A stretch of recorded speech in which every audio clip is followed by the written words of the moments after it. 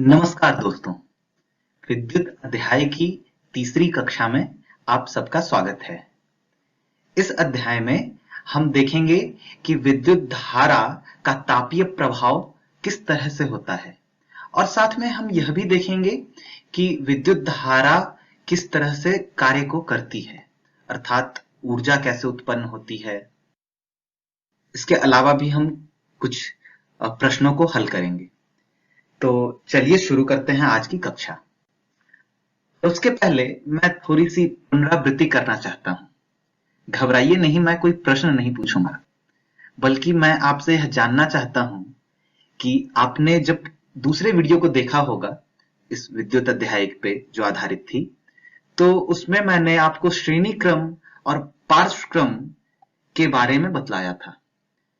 तो आप लोगों ने क्या यह ध्यान दिया दोस्तों कि श्रेणी क्रम में, जब श्रेणी क्रम अर्थात जब प्रतिरोधों को एक दूसरे से इस प्रकार जोड़ के लगाते हैं, और पार्श्व क्रम मतलब जब प्रतिरोधों को इस तरह से लगाते हैं। जी, तो मैं आपसे यह जानना चाह रहा था कि जब श्रेणी क्रम और पार्श्व क्रम में प्रतिरोधों को लगाते हैं तो इनका जो इक्विवेलेंट प्रतिरोध है, जो इनका समरूप प्रतिरोध है, वो किस तरह से होना चाहिए, यह मेरा प्रश्न है। अर्थात मान लीजिए इसका R1 नाम दे दिया, इसका R2, इसका R3, तो ये R इक्विवेलेंट जो होगा वो हमेशा ही बड़ा होगा, हमेशा ही बड़ा होगा, चाहे तो R1 से, R2 से, R3 से, तीनों से बड़ा होना चाहिए, अलग अलग। आप सही समझ रहे हैं कि R इक्विवेलेंट जो है वो R1 plus R2 plus R3 है, पर मैं बता रहा हूं आपकी कि जो R इक्विवेलेंट का जो मान है वो R1 से भी ज्यादा होगा, R2 से भी ज्यादा होगा और R3 से भी ज्यादा होगा, अलग अलग तरीके से देखा जाए। कब? जब ये श्रेणी क्रम में होता है तब। परंतु जब आप इसको पार्श्व क्रम में देखते हैं तो मान लीजिए इसका नाम है R1, इसका नाम है R2, इसका नाम है R3, तो ये जो R इक्विवेलेंट होगा वो हमेशा ही छोटा होगा। जो भी मैं यहां मिन लिख रहा हूं, मिनिमम अर्थात छोटा, जो भी छोटा है R1, R2, R3 में। आप समझ रहे हैं मैं क्या कह रहा हूं कि ये R इक्विवेलेंट जो है यह R1, R2, R3 में जो सबसे छोटा होगा उससे भी छोटा है। अर्थात अगर ये 2 ओम, ये 5 ओम और ये 10 ओम है तो R इक्विवेलेंट का मान 2 ओम से भी कम होना चाहिए। यह श्रेणी क्रम और पार्श्व क्रम के संयोजनों के बीच एक बहुत ही महत्वपूर्ण अंतर है दोस्तों।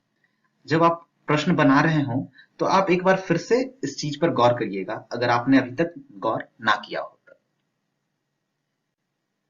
चलिए अब हम अपने आज की कक्षा में आ जाते हैं।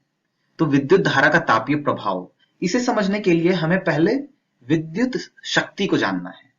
तो देखते हैं ये विद्युत शक्ति क्या है। कार्य करने की दर को शक्ति कहते हैं। हम 8वीं कक्षा में भी ये पढ़ चुके हैं। तो ऊर्जा के उपभोग होने की दर को भी शक्ति कहते हैं, अर्थात ऊर्जा आप कितनी तेजी से उपयोग कर रहे हैं, उस रेशियो को, उस दर को भी शक्ति कहते हैं। जो वैद्युत शक्ति दोस्तों, उसको पी से लिखते हैं, P power, POWER, power, power अर्थात शक्ति। तो पी बराबर होता है V गुने I, जहां V वोल्टेज है और I करंट, करंट अर्थात विद्युत धारा जो उस परिपथ में प्रवाहित हो रही है। तो आप पूछेंगे कहां से आ गया, तो मैं आपको याद दिला दूं कि विद्युत धारा की पहली कक्षा में हमने कार्य को कैसे पढ़ा था दोस्तों, V गुने Q। जितना भी कार्य करता है एक,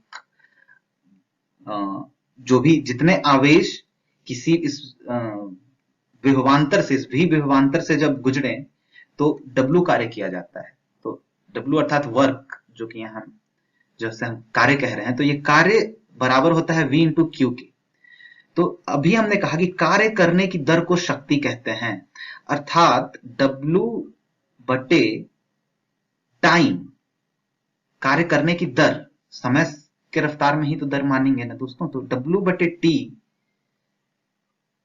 क्या है हमारा, शक्ति, विद्युत शक्ति अर्थात पावर P, जो कि मैंने यहां लिखा है P। और W हम लोग क्या जानते हैं दोस्तों, W हम लोग जानते हैं क्या, V गुने Q। बटे टी। ये V गुने क्यू ही ये W है। तो V गुने Q बटे T, इसको मैं क्या ऐसा लिख सकता हूं दोस्तों, V गुने Q बटे T। और Q बटे T आपको मैंने पहले ही बताया था कि आवेशों के प्रवाह होने की दर को ही हम लोग विद्युत धारा कहते हैं। तो यह V इंटू क्यू बटे टी बन जाता है हमारा V इंटू आई। तो ये V इंटू आई मैंने यहां पे लिखा है दोस्तों। तो जो विद्युत शक्ति है वो V इंटू आई से भी लिखी जाती है। V इंटू आई को मैं आई स्क्वायर आर भी लिख सकता हूं। यह बहुत ही साधारण सा बदलाव किया है मैंने। क्यों? क्योंकि हमें पता है ओम के नियम के अनुसार I is equal to V by R. तो आप इसमें क्या करिए कि V is equal to I R जो है, इस V को इस इक्वेशन में बस रख दीजिए। तो क्या हो जाएगा, P is equal to I into R जो कि V है गुने I, जो कि बराबर है आई स्क्वायर गुने आर के। तो V इंटू आई को आप आई स्क्वायर आर भी लिख सकते हैं। बेहतर होगा आप इसे याद कर लें। जब आप बहुत सारे प्रश्नों को बना लेंगे तो आपको पता चलेगा कि इसमें याद करने लगा है कुछ भी है नहीं। P is equal to V into I या P equal to I square R, दोनों सेम चीजें ही हैं। आप उसी ओम के नियम का उपयोग करके P equal to V square by R भी लिख सकते हैं। आपको क्या करना पड़ेगा, I equal to V by R बस इस इक्वेशन में आप रख दें। तो आपको क्या मिल जाएगा, P is equal to V गुने वी बाय आर जो कि I है। तो यह है वी स्क्वायर बटे आर जो कि मैंने यहां पर लिखा है। ये जो पावर है दोस्तों, एक वॉट, ये इसको कहते हैं हम वॉट। वॉट यूनिट होता है पावर का। ये पावर जो P से अर्थात विद्युत शक्ति का यूनिट है वॉट, जो कि वोल्ट गुने एम्पियर। क्योंकि V into I is volt गुने एम्पियर 1 VA, ऐसा भी इसको लिख सकते हैं। तो अगर किसी ने बोला कि 2 वोल्ट की बैटरी से 3 एम्पियर करंट पास हो रहा है, तो हम कहेंगे कि उसका जो पावर है वो 6 वॉट है। 6 वॉट वो पावर दे रहा है।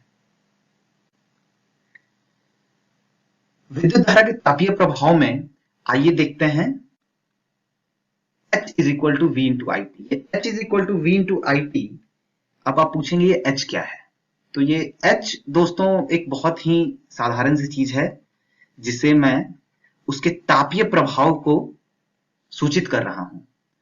अर्थात यह H एक तरह से किया गया कार्य है, वर्क, या फिर आप इसको ऊर्जा भी कह सकते हैं। ऊर्जा आप कहें तो ज्यादा उचित होगा। क्यों? क्योंकि जब आप किसी भी परिपथ से विद्युत धारा प्रवाहित कर रहे हैं तो कहीं ना कहीं आप ऊर्जावान करते हैं उस परिपथ को। तो वो कितनी ऊर्जा आप उसको दे रहे हैं वो यह H बतलाता है। V इंटू आई आप जानते हैं, V इंटू आई को हम क्या लिखते हैं, पावर, और T हमारा समय है। पावर, ये पावर दोस्तों विद्युत शक्ति जो कि आपने अभी कुछ देर पहले देखा। तो आप बोलेंगे कि ये तो P गुने समय है, P गुने T। तो हाँ जी, ये जो आपकी ऊर्जा है H, ये P गुने T ही है। अब आप बोलेंगे ये ऊर्जा को तो आपने कार्य भी कहा, तो सही कहा। क्यों? क्योंकि पावर को हमने क्या लिखा था दोस्तों, अभी आपको अगर याद होगा तो V गुने Q जो कि ऊर्जा है बटे T, V इंटू आई ये लिखा और फिर इसको T से गुना भी कर दिया। तो ये T और ये T कट गए, तो क्या बचा दोस्तों, V इंटू क्यू जो कि आपका वर्क था, जो कि हमने अपने विद्युत अध्याय की पहली कक्षा में देखा है। तो ये सारी चीजें एक ही है दोस्तों। पर आप याद रखिए कि ये ऊर्जा जो है वो V इंटू आई इंटू टी अर्थात P इंटू टी से हम दिखा रहे हैं। इस V इंटू आई इंटू टी को आई स्क्वायर आर टी से भी बता सकते हैं। आप उसी ओम के नियम का उपयोग करके इसको निकाल सकते हैं। आइए दोस्तों एक प्रश्न बनाने की कोशिश करते हैं। यह एक बहुत ही सरल सा प्रश्न है। इसमें कहा जा रहा है कि एक 400 वॉट अनुमत का कोई विद्युत रेफ्रिजरेटर है जो कि 8 घंटे प्रतिदिन चलाया जाता है। 3 रुपए प्रति किलोवाट आवर की दर से 30 दिन तक चलाने के लिए ऊर्जा का क्या मूल्य होगा। तो ये मूल्य निकालने के लिए हमें यह पता करना है, यह मूल्य कैसे दिया है दोस्तों, कि 1 किलोवाट आवर के लिए 3 रुपए लगते हैं।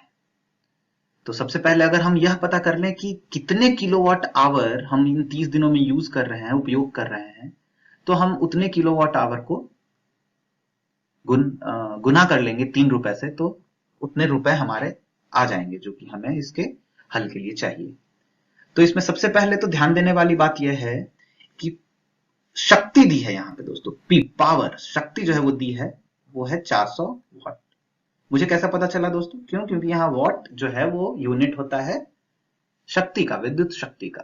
तो मुझे पता चला ये 400 वाट पावर है, विद्युत शक्ति है। अब इसे कहा जा रहा है कि 8 घंटे प्रतिदिन चलाया जा रहा है, अर्थात एक दिन में कितने वाट आवर यूज कर सकते हैं। तो जो H इन 1 डे, H अर्थात ऊर्जा एक दिन में कितनी यूज हो रही है, तो 400 गुने 8 वाट आवर एक दिन में, जो कि है 3200 वाट आवर। पर यही ऊर्जा जब हम 30 दिनों में निकालेंगे, क्योंकि 30 दिन तक चलाई जा रही है, एक दिन में इतने वाट आवर हम यूज कर रहे हैं, तो 30 दिन में कितने वाट आवर यूज करेंगे, 96,000 वाट आवर। इसको क्या मैं ऐसा लिख सकता हूं क्या दोस्तों, 96 किलो वाट आवर। क्योंकि 1000 जो होता है वो किलो को दर्शाता है, तो 96,000 को हम लोग लिखते हैं 96 किलो वाट आवर। तो ये 96 किलोवाट आवर हम लोग 30 दिन में उपयोग कर रहे हैं इस प्रश्न के हिसाब से। तो अब प्रश्न ये कहता है कि 1 किलोवाट आवर के लिए हमें 3 रुपए की जरूरत पड़ती है।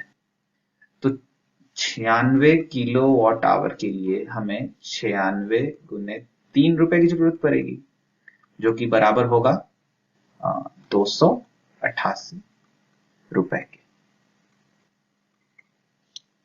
जी, तो इस तरह से इस प्रश्न को हमने बहुत ही आसान तरीके से हल कर लिया। तो इस प्रश्न के साथ ही दोस्तों यह पूरा विद्युत अध्याय हमारा समाप्त होता है। मुझे पूरी उम्मीद है कि आप अपने पुस्तक में दिए गए बाकी प्रश्नों को भी हल करेंगे, क्योंकि समय की कमी के कारण मैं आपको हर प्रश्न, हर अलग अलग तरीके के प्रश्न नहीं बता सकता, पर मुझे पूरी उम्मीद है कि आप जरूर मेहनत करेंगे इस विद्युत अध्याय पे और इसे अच्छे से समझेंगे। तो इसी उम्मीद के साथ मुझे अलविदा कहें।